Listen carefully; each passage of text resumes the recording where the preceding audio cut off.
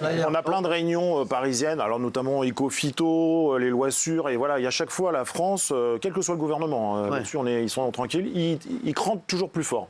Et il arrive un moment où nous, agriculteurs, on veut bien avoir des normes plus contraignantes. On comprend que le consommateur n'ait pas envie d'avoir des produits phytosanitaires dans son assiette, mais il n'empêche que nous interdit plein de solutions françaises, et par contre, les voisins, ils les utilisent largement, et on importe ces produits chez nous. C'est ça qui nous gêne. Donc voilà, c'est ça, c'est uniquement ça on respecte la réglementation européenne, point barre, mais qu'on n'en mette pas plus. Alors ça, c'est la première mesure. La deuxième.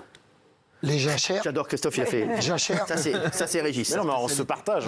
Les jachères, les zones improductives, c'est-à-dire, du jour au lendemain, on vous dit supprimer 4% de vos terres de production. Pourquoi? Comme ça. Voilà, une décision de l'Europe.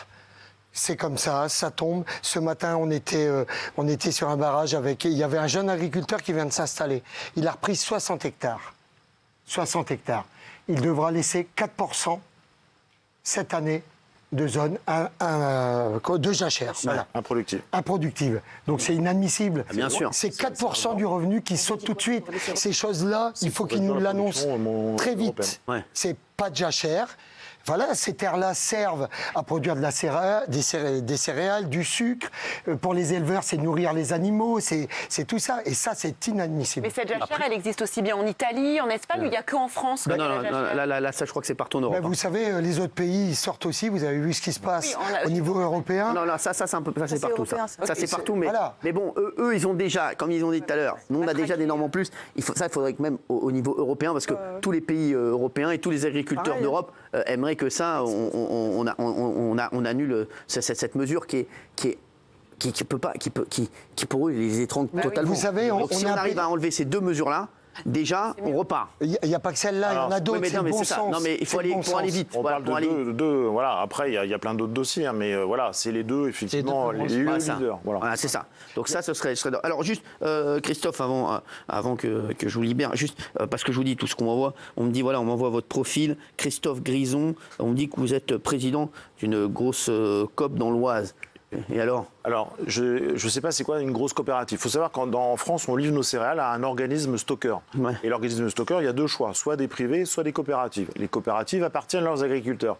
On a un capital social et je suis, entre guillemets, le garant financier que le retour financier, quand la coopérative gagne de l'argent, ça retourne aux agriculteurs. Par exemple, on a envoyé 13 millions d'euros l'été dernier à nos agriculteurs, à nos 1400 agriculteurs. Mais non, mais il n'y a pas de mal en fait. Non. Je suis juste le garant que l'argent retourne à mes agriculteurs. Mais oui, vous avez le droit quand même de défendre les agriculteurs et vous avez le droit. Non, mais c'est ça. C'est parce que tu as reçu un texto qui te dit je suis président de coopérative. Oui, Valfrance, coopérative qui livre en plus tout son blé. On collecte 800 000 tonnes autour de Paris.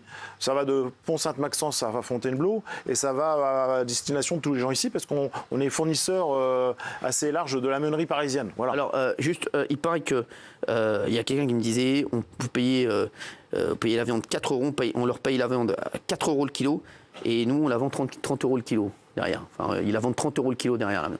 Donc, c'est qu'il y a des gens quand même qui se gavent sur vos côtes. Alors, c'est les négociations, justement, on appelle ça la loi Egalim. Nous, ce qu'on demande aujourd'hui, c'est le partage de la marge. C'est ça.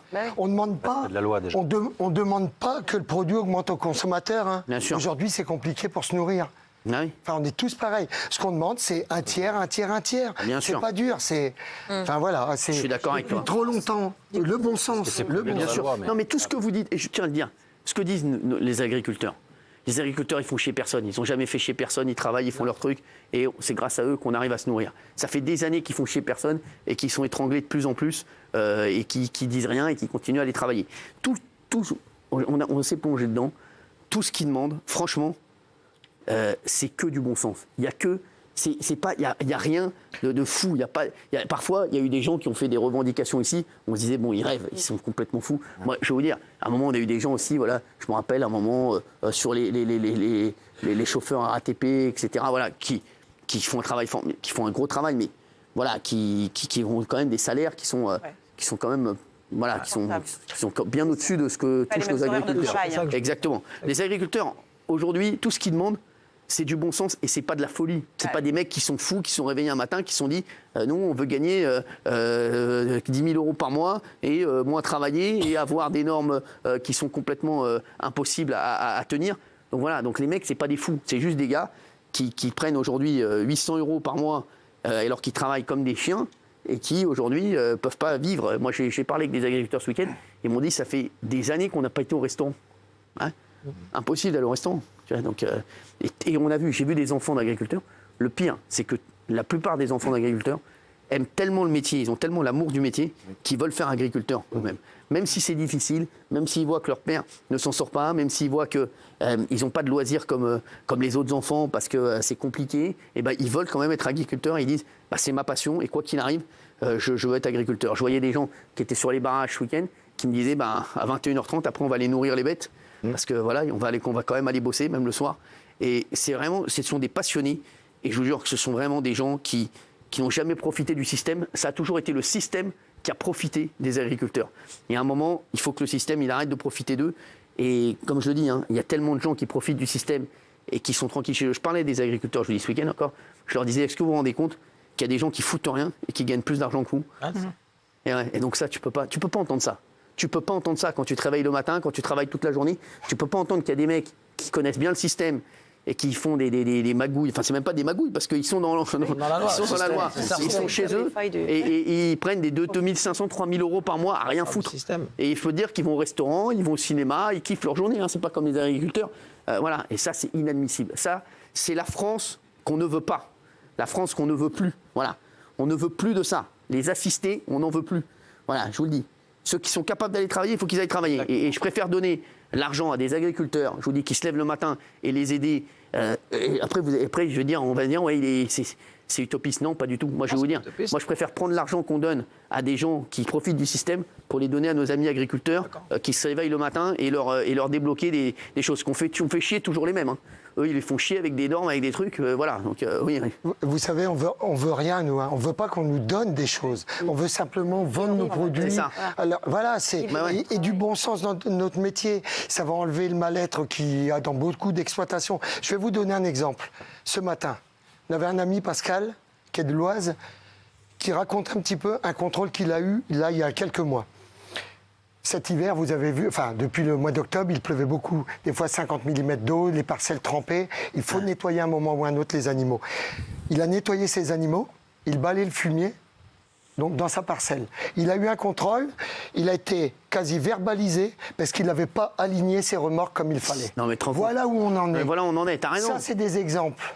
Et tout ça, on va faire remonter ces exemples-là. C'est incroyable. Parce que c'est une... Alors c'est ça. Aujourd'hui, les gens en ont marre. En ont marre. Merci en tout cas d'avoir été avec nous. Alors, je vous le dis, vous venez quand vous voulez, Régis et Christophe. Bah, déjà, on doit visiter la maison de... Exactement. Avec plaisir. Tu sais quoi, avec des amours et ne changez rien. Et on a tellement envie que ça s'arrange pour vous. Je vous jure. Merci. Ça va s'arranger. Parce que vous le méritez tellement. Enfin, on beau bloque métier. que les autoroutes, on est vraiment désolé. On ne veut pas bloquer les routes, on ne veut pas bloquer les Parisiens qui vont au boulot. On sait que c'est compliqué, mais c'est un peu comme la personne d'avant. Si on n'a pas une revendication, je vais vous dire, je vous le dis, ça fait des années qu'on dit que vous êtes dans la merde. Et ça fait des années que ça ne bouge pas. À un moment, là, il faut vraiment que tout le pays se mobilise, je vous le dis, et que tout le pays soit derrière nos agriculteurs.